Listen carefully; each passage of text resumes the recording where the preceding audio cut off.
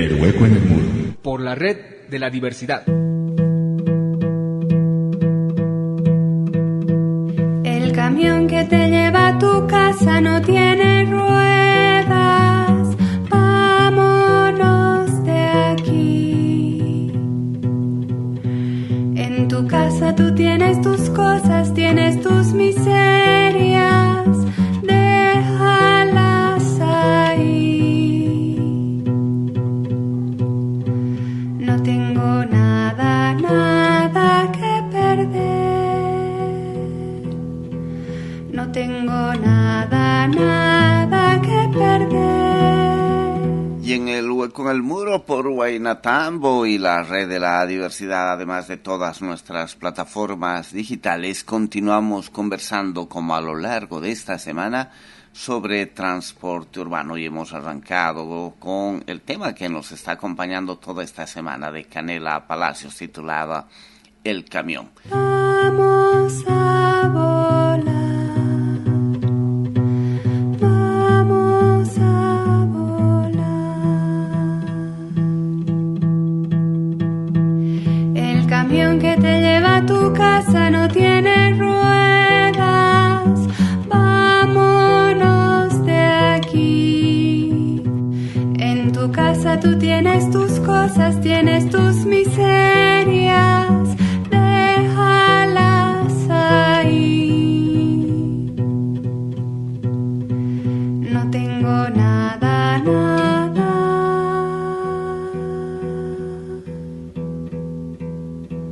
No tengo nada, nada que perder. Vamos a volar. Vamos a volar. Vamos a volar. El camión que te lleva a tu casa. El camión que te lleva a tu casa. Y para volver a conversar sobre transporte urbano, te invito a escuchar este material que produjimos hace varios años atrás ya en Guaynatambo y la red de la diversidad.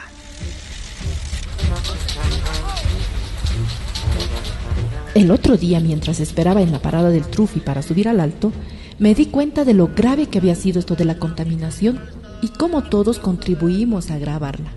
Sabrán de las largas filas que hay que hacer para eso. Éramos como 30 personas en la fila. Yo era la 19 y haciendo cuentas tenía que esperar como 5 trufis más. Eso era media hora por lo menos. Pero de repente, ¡zas!, apareció un minibús que se llevó a 16 personas. Entonces tenía que esperar un trufi nomás ya. En cuanto apareció, nos subimos las 4 personas que cabemos en el autito y nos fuimos. Yo estaba chocha de sentir que había ganado tiempo y que había sido una suertuda. Pero en el camino fui pensando en que cada vez hay más automóviles que transportan menos pasajeros. Es una locura. O sea, el consumo de gasolina crece y crece y se traduce en una alta contaminación al medio ambiente. ¿Y qué decir de la contaminación auditiva por las bocinas? La congestión del tráfico por la cantidad de coches transitando, la gente que tiene que quedarse media hora o más esperando para poder trasladarse de un lugar a otro. Me quedé helada de susto. Me preguntaba por qué en vez de tener 4 autos para 16 personas, no usamos uno solo más grande donde entren más personas para así ahorrarnos un montón y contaminar mucho menos el medio ambiente. Pensaba que era un problema de los choferes o del sindicato de trufis que exigen que sus autos sean así de pequeñitos. Pero luego me di cuenta que la cosa era mucho más grave, que pasaba por varios aspectos y que no se trataba de un problema solamente del sector del transporte público. Recordé que cuando yo era pequeña, mi papá también me llevaba al colegio en su auto, donde cabíamos unas 5 personas, pero apenas íbamos 3, él, mi hermanito y yo. Teníamos 2 asientos más donde podrían entrar otros niños que también iban al mismo colegio. Luego me acordé de una prima que llegó de España y nos contó que allá todo el mundo tenía su auto porque así era más cómodo y cada quien se iba donde quería sin tener que pelearse por el auto. Y también recordé que una vez escuché que en Estados Unidos es común que los padres regalen a sus hijos que cumplen 18 años un auto para ellos solos. Imagínense, ¿Cuántos coches transitando en las calles y con apenas una sola persona dentro de ellos? Y sin irnos tan lejos, en ciertas zonas de la ciudad la gente tiene la costumbre de irse a pasear en sus autos, a dar vueltas a la plaza sin importarles que estén malgastando el combustible y contaminando el medio ambiente. Los vehículos han dejado de ser un bien de uso para convertirse en un bien de consumo. A partir de aquel día era inevitable andar por la calle sin ver la cantidad de autos y la cantidad de pasajeros que iba en cada uno de ellos.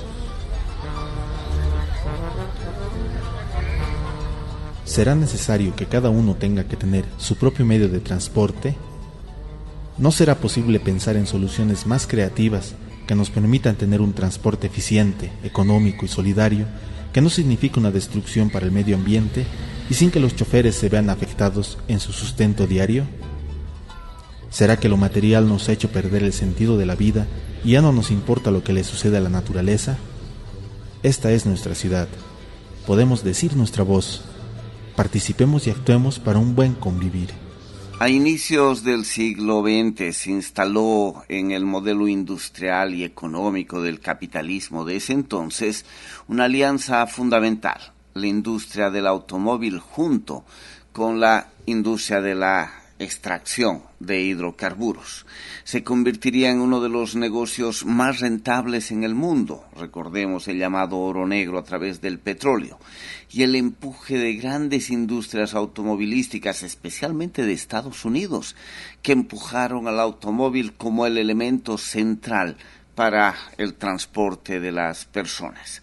Pero fundamentalmente, un transporte, a pesar de haber nacido ya en la discusión como transporte público para las personas, con fuerte tendencia a impulsar el transporte privado. Esto ha generado a lo largo de los años problemas serios de sostenibilidad para el planeta. Parte de la crisis climática y la crisis energética que vivimos viene impulsada por el sobreexceso del uso de hidrocarburos en la generación de energía en nuestro planeta, pero también por un aumento constante del uso de sistemas de transporte y sistemas industriales, pero en este caso estamos hablando del transporte que privilegia el transporte privado sobre el transporte masivo y público. De eso vamos a hablar con más calma después, porque viene acompañado esta política que centraliza en el automóvil como el mecanismo central de transporte urbano, viene acompañado de otros negocios tremendos y de inversiones públicas, como la ampliación de avenidas, el asfalto de calles, la construcción de autopistas, con todas las implicaciones sociales, ambientales, en salud pública, pero también en gasto público, como el mecanismo central para pensar la movilidad urbana. El automóvil parece ser un problema. Ese automóvil centrado como el mecanismo fundamental de transporte urbano y además presionado para que se convierta en transporte privado.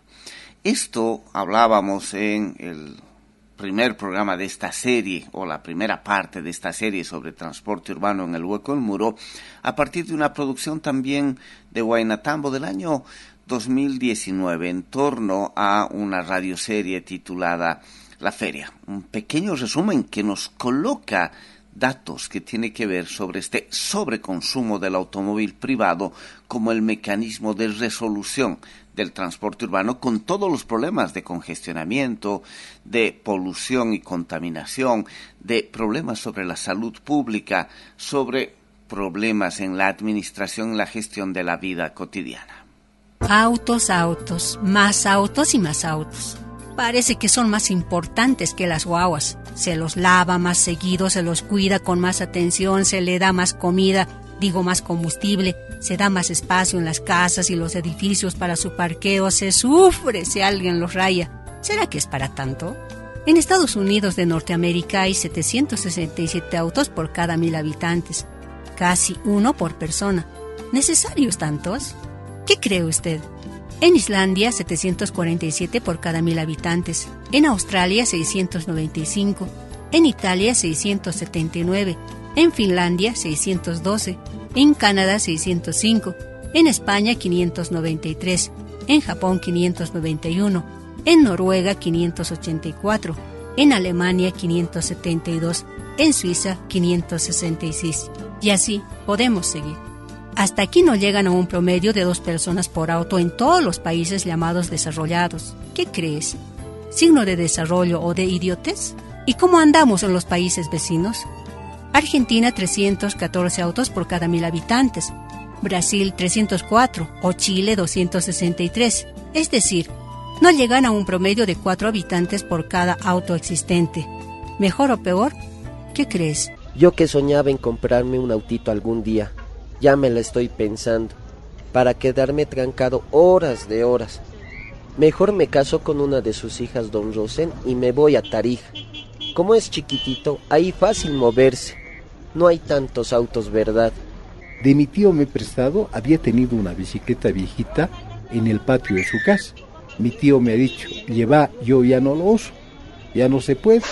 Yo no le he creído, por flojo debe ser, he pensado. Eso que ya no se va en bicicleta. Me he montado y he querido ir al mercado central como antes. Pucha, grave he sufrido. Imposible, tantos autos, tanta trancadera. Trancado me he quedado, para peor, respirando los escapes de los autos con tanto humo. Casi me atropellan no sé cuántas veces.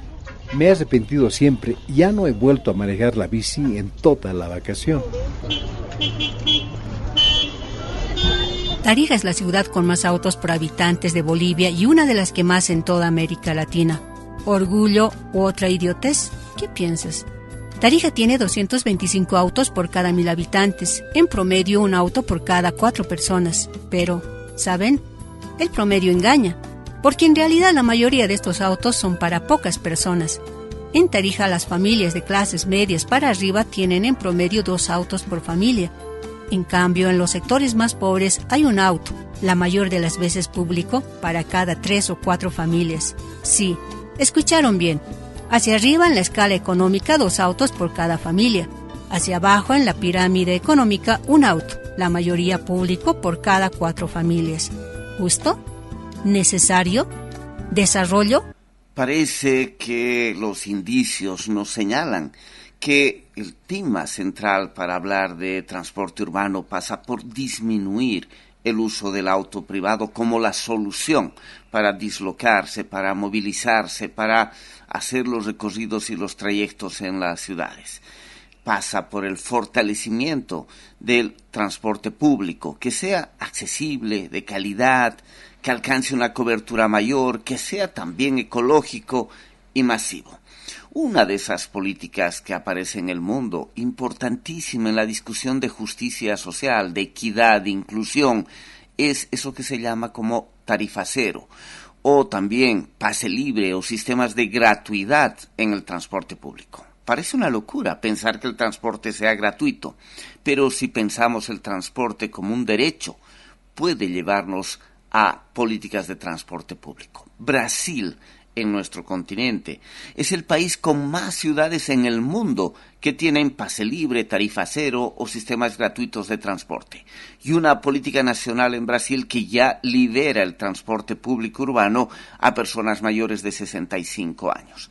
Daniel Santini, con quien hablamos en esta serie de capítulos sobre transporte urbano, nos resume un poco así esta política de tarifa cero en Brasil. Junio de 2013 fue el momento donde ocurrieron en Brasil, y creo que puedo decir que fueron las más grandes movilizaciones por el derecho a movilidad de la historia de la humanidad. Entonces tuvimos allí mucha gente en las calles, una protesta que tiene todo que ver con la manera como la población que vive en las ciudades estaba buscando más derechos, buscando más calidad de vida, buscando más derecho a la ciudad. Eso empezó con una protesta en relación a la tarifa de los buses en São Paulo, y luego se transformó en una movilización muy grande en todo Brasil con el tema de la tarifa cero, del pase libre. Y cuando empezó eso, hace más de 10 años ya, mucha gente decía, qué tontería, ¿no? Qué locura pensar, porque Siempre los neoliberales les gusta repetir, no hay almuerzo gratis. O sea, siempre hay gente cuestionando eso de cómo organizar un servicio público sin costos.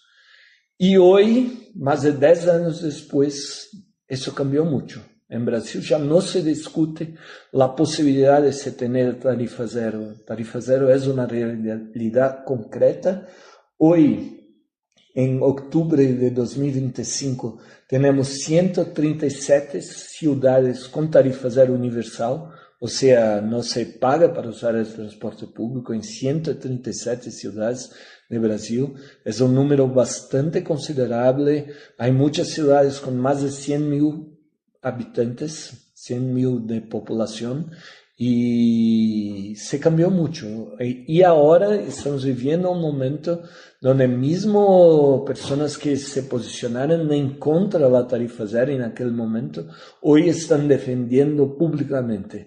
Cabe decir que ya tenemos en Brasil una política nacional de tarifa cero para la gente más grande que 65 años. O sea, los más viejos, las más viejas, no pagan para usar el transporte público en Brasil. Y eso es muy bonito, Mario. Creo que es algo que en Brasil ya estamos tan acostumbrados, se tornó un derecho tan natural que hay veces que no recordamos de pensar qué bonito es eso, de valorar la gente que más contribuyó con la existencia de la sociedad, con lo que tenemos hoy. Hay que valorar a la gente más vieja, ¿no? Y ahí ahora empezamos a discutir la posibilidad de avanzar con tarifa cero como una política nacional. Lo que tenemos ahí de concreto es que hay ciudades con reducción del número de congestionamientos de tránsito, el uso de vehículos privados está ahí en menor uso desde que se implementó a tarifa cero. La población, la plata que no están utilizando para costear el transporte, utilizan en la economía local. Y eso también es una perspectiva interesante. Pero creo que la más interesante es la perspectiva de reducción de desigualdad social. O sea, y ahí hay muchos estudios ya apuntando que los resultados para la población más pobre, que muchas veces deja de se locomover, son bastante impresionantes. Y eso con una herramienta de justicia social, de reducción de inequalidad, de desigualdades, eso todo es muy, muy importante. Creo que quizás ese sea el efecto más interesante para pensar dentro de una perspectiva donde hay múltiples maneras, múltiples formas de se organizar, se costear, se aplicar la política de tarifa cero. Además de pensar y fortalecer sistemas de transporte público, que parece el camino para atender el tema de la movilidad urbana hacia un transporte público más accesible en términos de precios, de una mejor calidad en el servicio, un manejo adecuado, su frecuencia, su comodidad, una cobertura mayor llegando a zonas que son penalizadas, por decirlo de alguna manera, porque son las zonas distantes de las ciudades donde en general vive la gente más pobre, porque cuando la gente rica se traslada de zona, esas zonas rápidamente tienen atención y además fomentan el uso de autos privados para resolver su dislocamiento. Pensar en la cobertura de calidad para esos sectores más populares, un transporte más ecológico, más masivo. También es importante cambiar la matriz de combustible del uso de esos transportes. Por eso tal vez no solo es la ampliación de sistemas de buses de transporte público, sino la utilización de unos otros sistemas importantísimos, como en el caso boliviano, el teleférico, que ha demostrado una tremenda capacidad de impactar también en la salud pública, en la ecología del territorio y generar un transporte agradable, gustoso, que sin necesidad de acelerar es constante, lo que facilita el dislocamiento, el traslado, el viaje de la gente. O sistemas como los trenes urbanos, los tranvías o el metro en algunas ciudades, aunque el metro exige unos niveles de inversión muchísimo más altos, aunque al mismo tiempo es mucho más masivo. Y suele, otra vez, penalizar un poco a los sectores más pobres que se mueven en metro perdiendo el encuentro con la ciudad, porque se mueven por debajo, aunque cada vez más hay metros o sistemas de trenes o sistemas de tranvía sobre la tierra, ya no subterráneos, o por encima, como el teleférico, que permite un reencuentro también con las ciudades. Eso significa repensar un poco nuestras ciudades y su planificación urbana. Si a esto añadimos la importancia del uso de bicicletas y otros sistemas de movilidad que no usan motor o que utilizan bajo combustible o baja energía en sus motores, como las bicicletas eléctricas, o el devolver a la gente la posibilidad de caminar y moverse o en bicicleta o en patines, o caminar de forma segura, que además beneficia notablemente a la salud. Hay estudios que ya demuestran el impacto notable de los sistemas de transporte público en temas de salud, porque la gente camina algo más que solo moverse en transporte privado.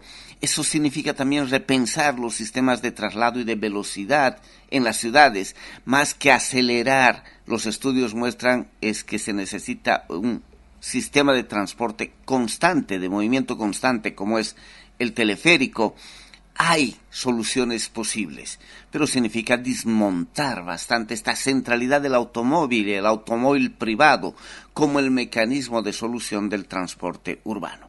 Eso nos lleva a debates sobre, por ejemplo, ¿y de dónde se costea un sistema de transporte público así, de calidad, masivo, ecológico, agradable y que además sea accesible para la gente? Pues Daniel Santini también nos vuelve a colocar en el debate sobre la financiación del sistema de transporte. ¿Por qué hace sentido pensar y defender la existencia del transporte público? ¿Y por qué hace sentido si pensar en maneras de costear con recursos públicos? Si una ciudad no tiene ningún transporte público, la gente tiene que buscar soluciones privadas, ¿sí? Y ahí tenemos un problema, porque una solución privada, cuando adoptada por toda la gente, resulta en más congestionamiento. Un auto, y especialmente esos autos que se tornaron tendencia ahora en nuestra región, autos cada vez más grandes, picapes, SUVs, que son cada vez más largos, a diésel, que emiten mucha polución. Esos autos, normalmente 2 o 3, ocupan el mismo espacio que un bus. Hace mucho más sentido invertir más en transporte público, porque ahí tendrá ganhos para toda la sociedad. Entonces hay que pensar que si tengo la posibilidad de sustituir los deslocamientos en motos por redes de transporte público verdaderamente eficientes, tengo allí un resultado que es también económico, que es el tanto que se gasta con los jóvenes que mueren. ¿Cuánto vale una vida? ¿Cuánto vale el aire que la gente respira? Todo eso tiene que ver con ese debate. Y ahí sí podemos pensar en costear de manera indirecta el transporte. Dejar solamente que la gente que utiliza el transporte, la gente que provoca un efecto más positivo para la ciudad, es la gente que va a costear el transporte público. Eso no hace sentido. Hace sentido que sí, la gente que va a utilizar un auto muy largo, con gran impacto, que es lo que va a dificultar la libre circulación de niños y niñas en la calle, va a tornar todo más peligroso. Esa persona tiene que pagar más y ayudar a costear el transporte público colectivo. Es decir, es un debate que tiene que ver ahí con justicia tributaria también. O seguimos intentando invertir más y más para garantizar la circulación de autos y motos, beneficiando principalmente a quien puede comprar autos y motos, que son los más ricos de la sociedad. Hay una inversión de prioridades ahí que necesita ser enderezada ahora, necesita ser considerada en ese debate. Todas las señales parecen indicarnos que para resolver los temas de transporte urbano, para facilitar que la gente se movilice en las ciudades como un derecho y lo haga con calidad, y que les signifique también un mecanismo para mejorar, cuidar la salud pública, el encuentro, la convivencia, la vida agradable en las ciudades.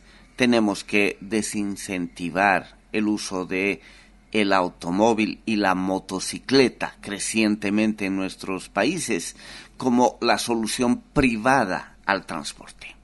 Ese parece ser uno de los elementos fundamentales para darle sentido a nuestras luchas por el derecho a la movilidad urbana.